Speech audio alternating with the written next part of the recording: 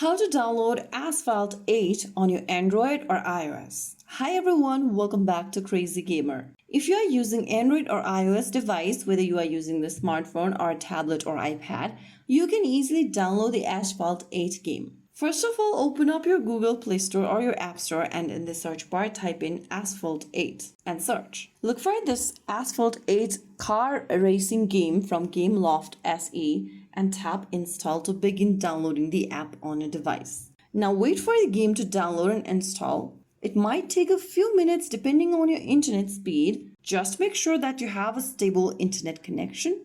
Now after you do that, you may need to wait for a couple of minutes, and once the download is completed, you can tap the play button to open up the game.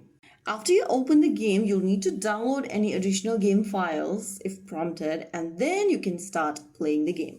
So that's it. That's how you download and install the Asphalt 8 on your Android or iOS device, whether you are using a smartphone or tablets.